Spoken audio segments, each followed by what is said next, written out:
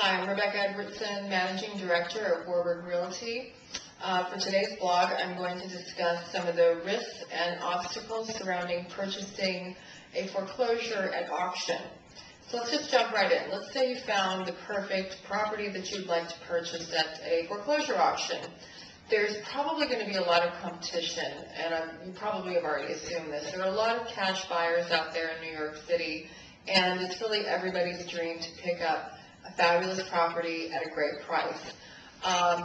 Speaking of cash, it really is a cash transaction. When you purchase at auction, you need to be able to put 10% to 25% down right at the auction site. And this is usually in the form of a cashier's check. And then within 30 days or after 30 days, you need to be able to close. So you're not really going to be able to get financing, one, because our banks just aren't working that fast right now, and two, because the bank can't inspect the property. And there really isn't a bank out there that's going to, that I know of, that's going to give money for a property that they can't inspect and do an appraisal on. So let's say you choose a condo or a co-op to purchase. You're still going to need to be able to, you're still going to have to put in an application for the co-op or the condo. And in the case of a co-op, they can turn you down for whatever reason they choose. And in the case of a condo, they have the right to exercise their right of first refusal. They may decide it's a good deal as well because there's a lot of equity left in it. And in the case of an actual townhouse or an entire building, you can close in 30 days. There isn't an application, so you need to have that cash ready. Otherwise, you could lose your deposit.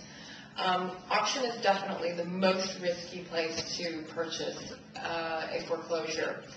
And as I mentioned earlier, you can't inspect the property. You cannot inspect the property before you actually get to the auction, and you cannot inspect it even before you close.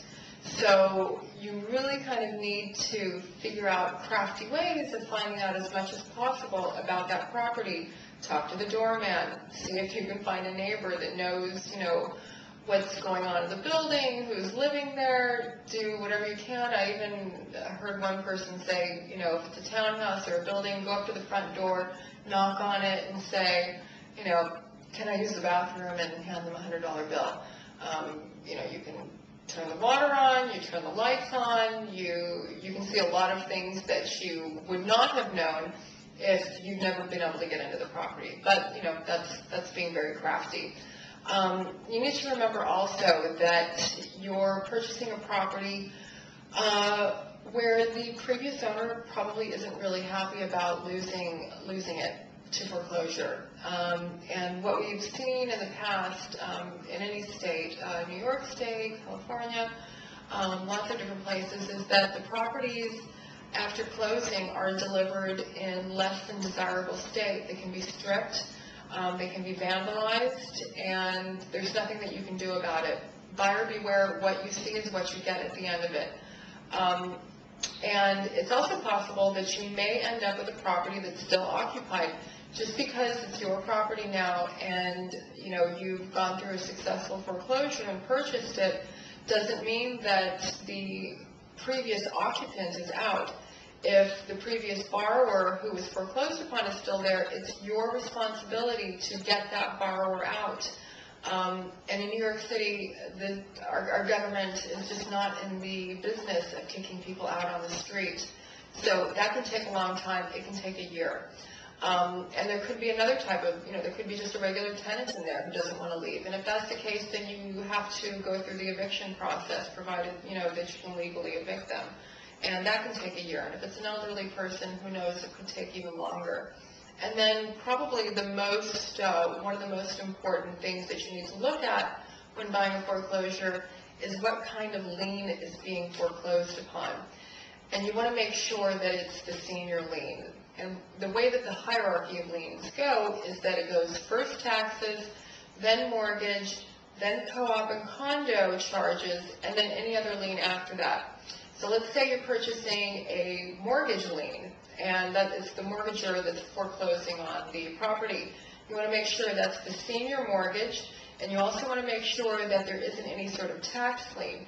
So you want to do a judgment and lien search, title search, as close to the auction time as possible, an hour before maybe. And also keep in mind that even if you've done a lien search that soon, up to the auction time, the information that you're getting is potentially a couple days old, because it takes a little bit, there's a bit of a lag time in between the time that the lien is filed and it's actually recorded, and then you can see it. So these are just some of the issues surrounding purchasing an auction foreclosure. And if you're going to pursue this, you definitely should get an attorney that specializes in this area. It's new territory for New York City, so not every attorney is going to be experienced in this, and you need to have them really guide you through it, because it is very risky. If you have any questions about any of the things that I've just spoken about, please feel free to contact me. Otherwise, thank you for watching my blog.